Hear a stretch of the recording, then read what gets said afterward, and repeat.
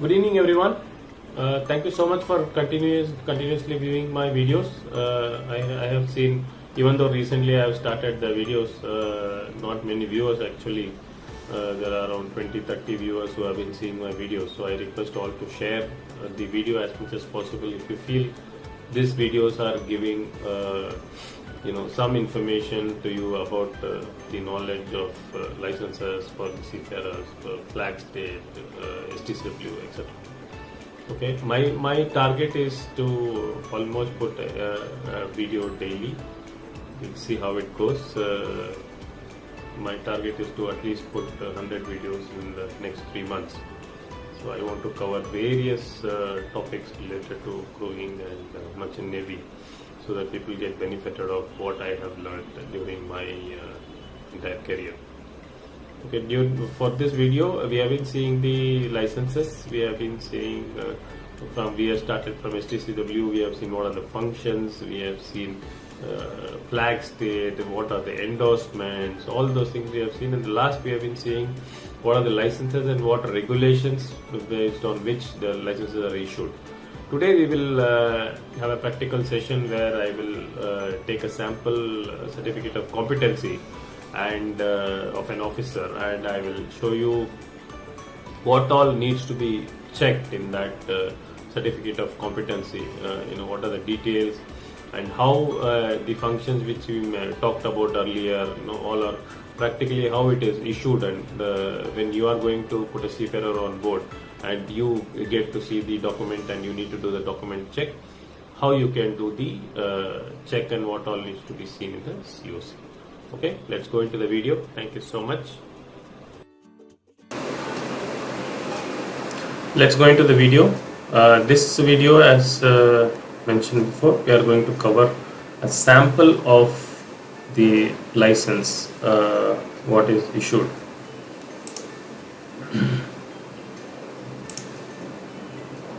This is the first page. It's usually a booklet. You have a cover page and you have many pages. So we will cover the important items which you need to check in the COC, Certificate of Competency. And here if you see the COC is in 2 languages, that is one in Hindi and the other in English, because this is a Certificate of Competency issued by the Government of India. So there is one national COC, national language details, and one in the English. So if you go to any country license, if you see you have a Georgian license, you have a Ukrainian license, or you have a Bangladeshi license, or you have a Indonesian license, they will have their own national languages, and the second language will be English. So you need not worry about how will I understand the other language, because English will always be there as the second language, which is mentioned in the Certificate of Competency. Okay. Now, even though it can be different formats, it can be different language, but the content will always be the same, because it's all based on the same STCW convention, and all the details mentioned here will be mentioned in any COC you take. Okay. First thing, the Certificate of Competency number. This is the number which it issued, which is very, very unique. So whenever you want to verify or something, this number you can verify whether it is actually issued to the seafarer or not. So verification is very, very important. That is also required for as per the MLC, as per the RPSL, you will need to verify all the documents of any seafarer you employ. So this is one very important document, because the basic idea of Certificate of Competency is that the seafarer who is issued this certificate is competent enough to perform the rank which he is posted on board. So if that certificate of competency itself is forged, that means doctor without a certificate doing an operation, that can be disastrous. So please ensure we always verify the Certificate of Competency.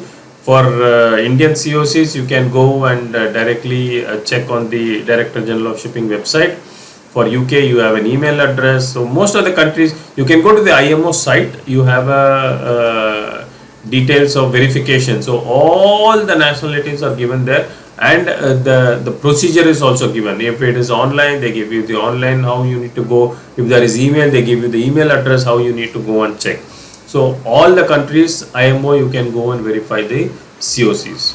Okay, and after the certificate of competency, we have the designation of what rank he is going to go on board, plus and what kind of voyage. We have discussed two kinds of voyage. One is the foreign going voyage, and the second is the NCV, or also called the near coastal voyage.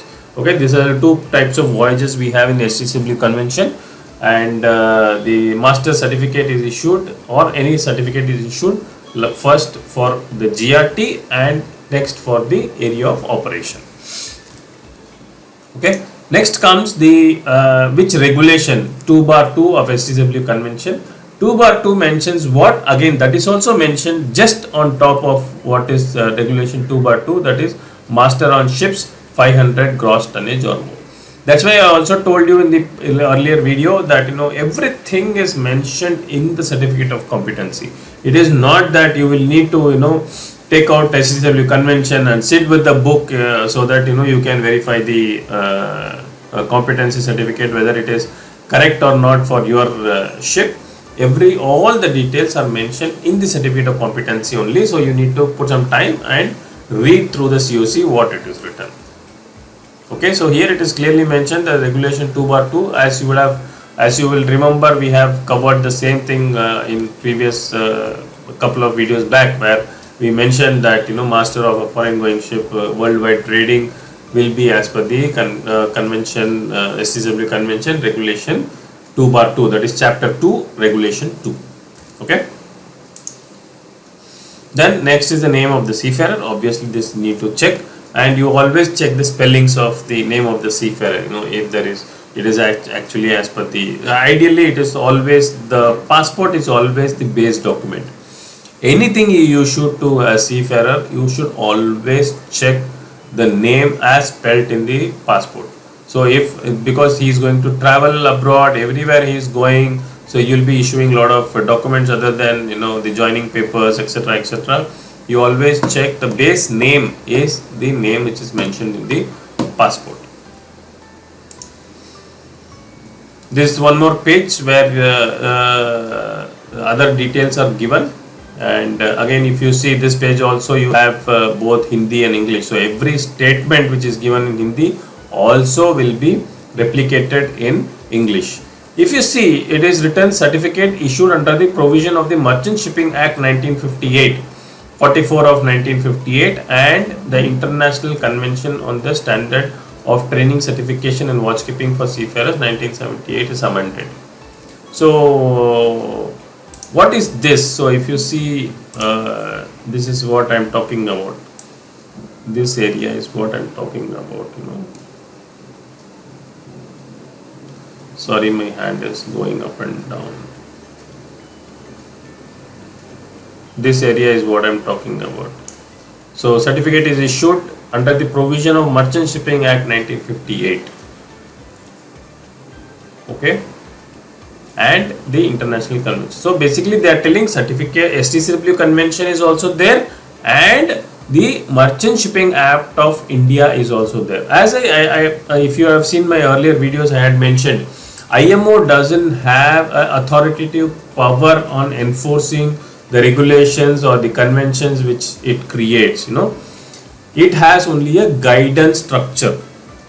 What it happens, again we will not go much deep into it. The government has to accept the regulation, then it comes into the rule. It cannot be that India has not accepted the rules and we have certificate based on STCW. It is not possible. Okay, it has to come.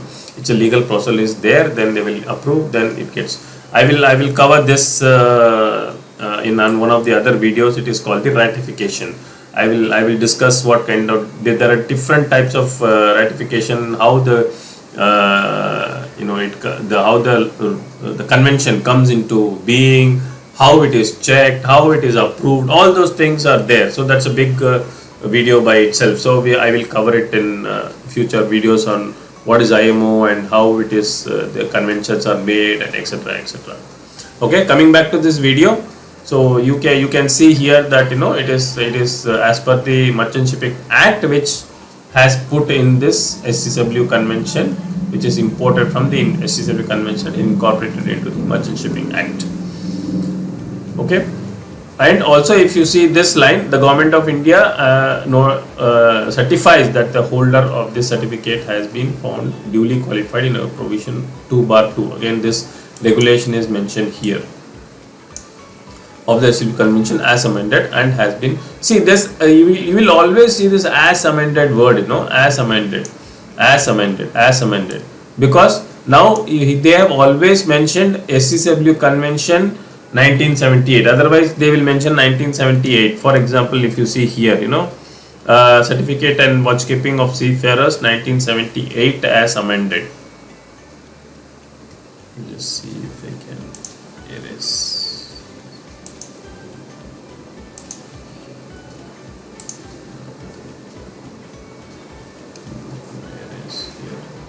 Okay, so what I'm trying to tell you is this line, this line.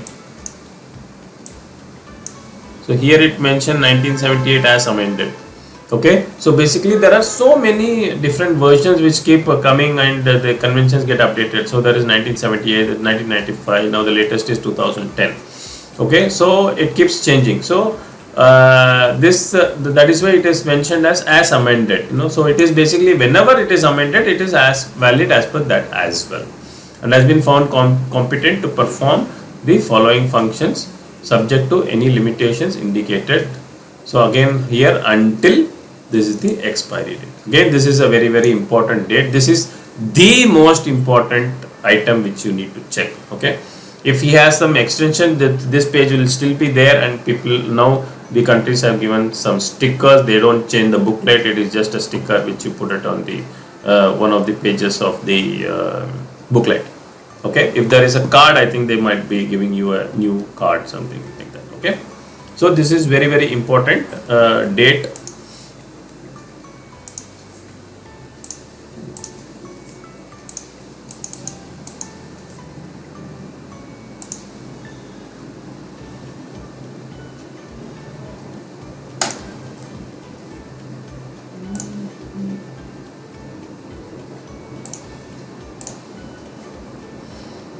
Okay, expiry date is the most important date which you need to check, because seafarers cannot sail after this.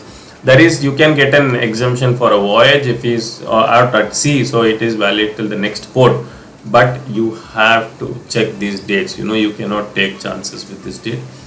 Please always ensure. In COVID, there have been lot of extensions happening. So if you are a Indian COC holder, or you are dealing with Indian seafarers, there have been so many circulars from DG extending every 3 months, every 6 months. So now it is latest is expiry till December 2021, and maybe they will extend it to December 22.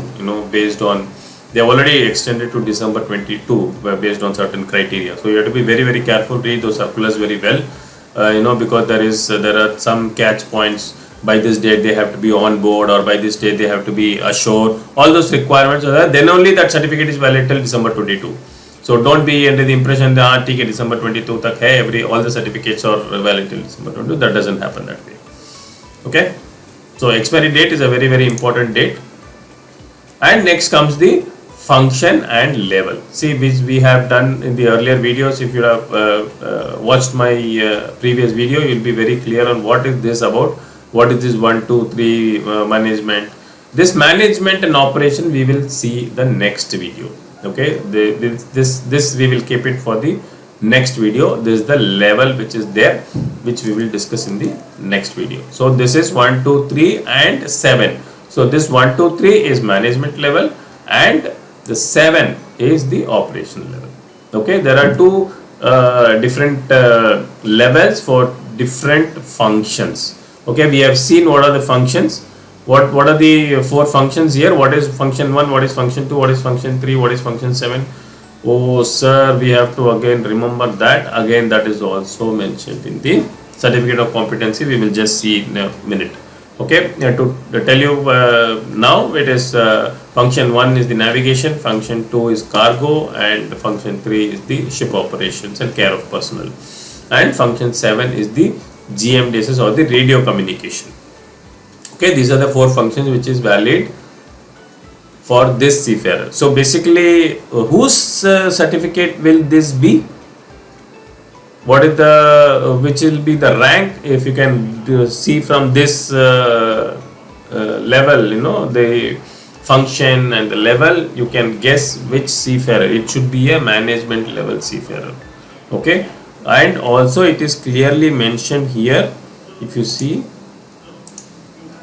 this is found qualified to fulfill the duties of a master of a foreign going ship. Okay, in the merchant navy. So basically everything is mentioned here very clearly. All the details are there. You will not go to any other book. All the STCW requirement, whatever is there, everything is pushed here. So you can be very clear on what is what. And the next important thing is the limitation. Okay, what are the limitations we saw? We saw for this COC of a master, as we can see now. So we had a limitation of a size and limitation of trading area. We have 2 limitations on the deck side, which is one is the size of the vessel, that is based on the GRT, and second on the area of trading. Okay, if you have not viewed my video, please go back and see that video where we have discussed the licenses of deck officers. Going to the next page. Again, you have a separate mention here what capacity the seafarer is allowed to sail and what are the limitations. So limitations again will be mentioned here. And as I mentioned, all the functions are mentioned here very clearly. If you see, these are the 7 functions which we discussed. All the functions are mentioned here. So it can be very clear. You need not go back to any other book. All the functions are mentioned here. That what are the function numbers and what is the function: navigation, cargo handling, controlling the operation of ship care and personnel on board, and radio communication for this master. Okay. Now if we go to the bottom table, you have all the descriptions of it. It is basically, you can call it as a summary of the STCW convention. Okay, you have officer in charge of navigation what OICNW. Okay, foreign going. This is operation. O is operation, M is management, M is management. Okay, and you have this NCV, home trade ship. Home trade ship in India, it is it's called home trade. It is basically the terminology which is used in STCW is NCV, near coastal voyages. Okay, so these are all mentioned. As I mentioned, these are all specific with the administration. Like for this, Government of India has put regulations. If you have on a NCV vessel, then you need to study this subjects to this level. All those things are mentioned in by the administration. For India, where do you get this document? Where is this document which is consolidated requirement? What is the document of STCW for India? STCW is a international document which is published by IMO. But we have a similar copy of STCW for India specifically. That is called the TEEP manual. Okay, that is published by DG Shipping, and all the requirements, all the CTM requirements, all the definitions, everything is mentioned in that TEEP manual. Okay, so you can tell TEEP manual is India specific STCW manual.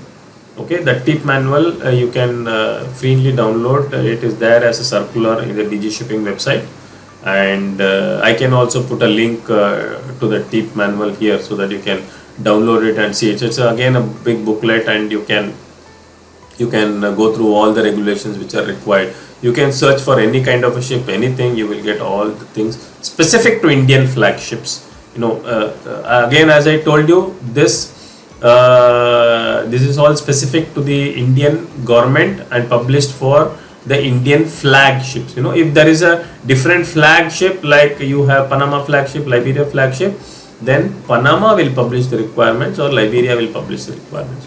So these requirements which are there, it is only applicable for Indian flagships. Indian flagships, they can go without an endorsement. Okay, endorsement also we have talked about. If he has to work on any other flag, then he has to get a flag endorsement, and then this certificate can be used for sailing on those vessels. Okay, again there are flag endorsements. We have white list, grey list, black list, all those things are there. We will cover those things also sometime in one of the videos. Yeah, that's it for today.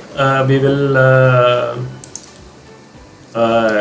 stop here. I think it will become a little long video, and next video we will cover the levels of responsibility. As I mentioned, we saw there is some mention called management and operational. So we'll see what are those levels in the next video. Thank you so much for being with me till this end of the video, and I request all to again support me, give your comments, so that I can provide more and more better content for all the staff and the seafarers who want to learn more. Thank you so much. Take care. Stay safe.